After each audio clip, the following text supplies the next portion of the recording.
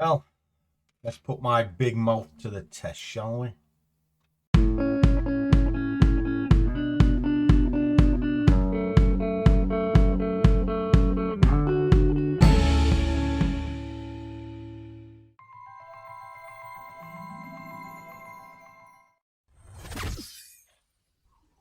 Wait. Matron, take them away. Oh.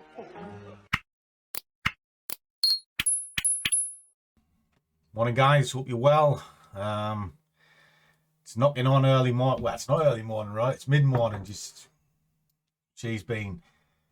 What are you doing? Why are you sitting there with no clothes on, just dressing up? I have got my clothes on. She hasn't got her clothes on. It's fantastic in this house.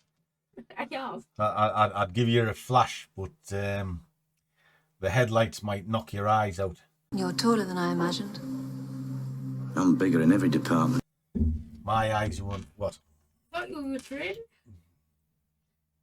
Sod that. Bring on the dancing girls. Get rid of this idiot. Fuck you. Off. Sorry. Right. Okay. Yes, it is a trading channel. Yes, I am an overgrown kid, and yes, she has got no clothes on. Yes, I have got clothes on. She hasn't. I am. If I If I pull this, you'll see she's got no clothes on. Right? How's that for getting some views on? Hey, get your headlights out. We'll get loads of views. How does your missus put up with you? Must be my legendary prowess as a lover. You know what you do. That'll be no then. Right, I'll play with my other toys, these ones, and I'll play with the charts. But I don't play with the charts. I take it very, very seriously. When I'm arsing around on one thing and another, it's just because I have a good life and I am an overgrown child. But when it comes to my job, I'd like to think I'm on point. And because of that, that's why I trade in the morning. But I also put my head on the block. Because when I put my head on the block, as you're about to see, I tell the guys what I'm doing before I do it. Okay? So what we're about to see, I've already opened my gob here. And I've told them exactly how I'm going to trade it, what I'm looking for, and now we're going to see the results of that. I also put in a bias, which is here. And what this is telling me is at 10 o'clock, it's now quarter past 10. So it's kind of ready to go. It's telling me it's a good trade. I'm going to sell it. And it's basically on point. Now, if we have a look at the way the market works, the euro is pretty strong at the moment and the US is low. The euro has gained a lot of ground since the last data sample. And the US has lost a lot of ground. So that's telling me there's going to be movement. This is what interests me in this trade.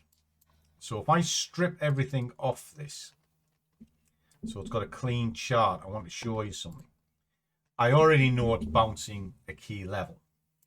But let us look at this structure here, and then we'll build down into it. There is a key fib, and it's at the pivot point here. So if I just draw a line on that, that now gives me an area that I can start to buy at, or sell in this instance. Or just build this up very quickly for you guys. Okay. I want to get into the market kind of in here somewhere, in this area. So if I can get into it in that area, I can get out of it. Maybe it's down in this area. Down here. Or 10 pips, whatever comes first. Why? Because we have structured levels based off this drive. Pull this down into 15 minutes, just so that we can kind of see what's going on. There we are. Right. I've now got areas that I can think about. So can I use the break? I can use the break of these candles if I so wish. There's lots of things I can do. But at the moment, all I need to do is just figure out a good area to buy in here and then exit when it comes here. And that's just using basic market structure to find an entry. But it all hinges on the fact that I've already made the decision before I come to chart. I've been through the multi-time frame analysis. So I've looked at the dailies, I've looked at 4 hour, I've looked at the hour. I'm quite happy with what I'm seeing. I've then made notes of it. That's what my journal is. If you want journals like what I have, you'll find links in the description below. Why do I use that?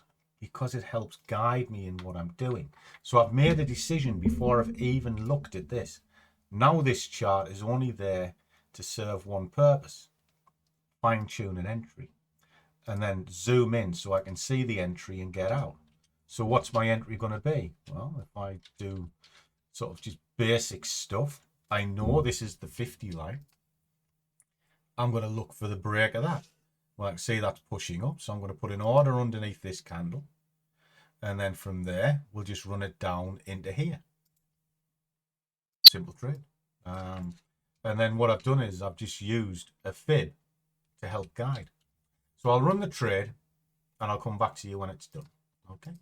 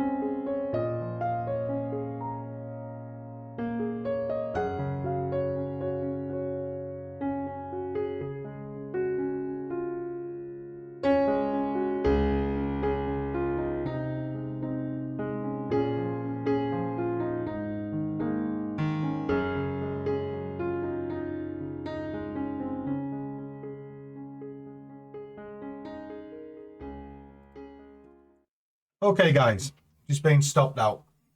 Am I worried? Not in the slightest. It's done exactly what I thought it would do, zone to zone, and the result is that. So I'm quite happy now just to kind of just mess around for the rest of the day, have an easy time of things, because it's late afternoon, it's 2:15, and don't really want to start getting further involved in the markets. There's no point. So what was the moral here?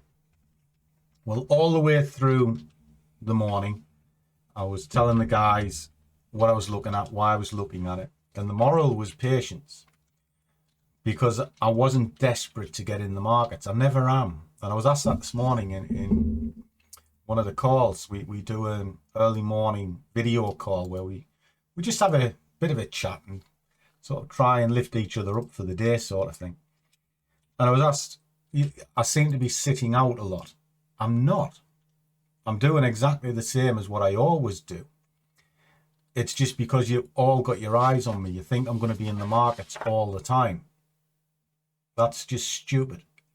Anybody that tries to be in the markets all the time, it's going to end badly. It really is. So I look at the big picture all the time.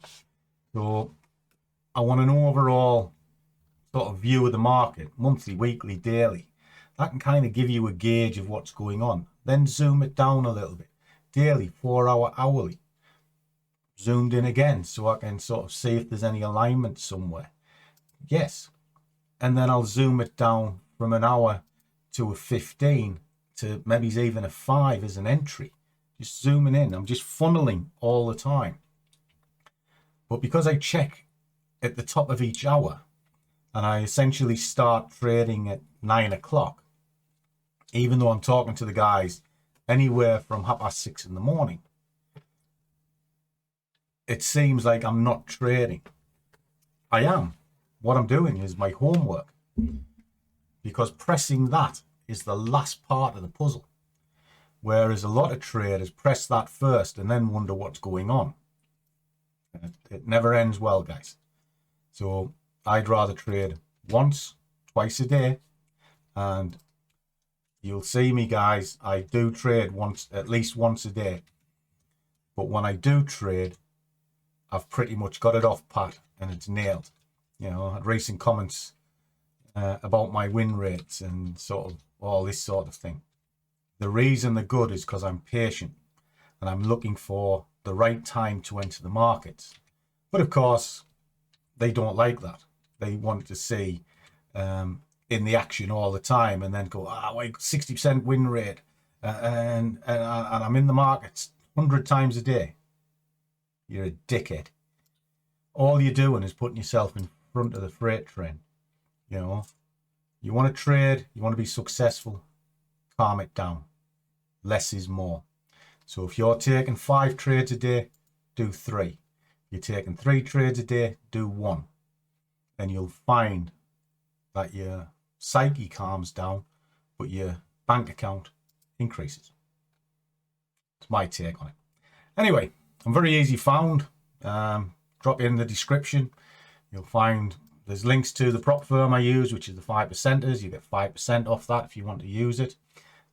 Preferred brokers, I use BlackBull for my MT5. Again, loads of sort of interest in that because you get free education. It's one of the few that'll give you 500 to 1 leverage. And on top of that, I personally recommend it. And if you do put a decent amount of money into it and trade it, I'll give you some of my time in the form of a free 1-to-1. Why? Just giving you something back, guys. Something like what I do for the squad. The squad started off very small and it's now started to grow and grow and grow. And I always feel obliged to give something back. And that's what I do with the guys. I don't have to do the meetings that we do. I don't have to spend the time with them that I do. But I do it because I genuinely have their best interests at heart. And I don't want them to fail. And there isn't one of them can't say that if they are struggling, I don't personally reach out to them and say, look, This is the way forward. This is how you do it. And I don't want anything from it apart from seeing that they're doing well.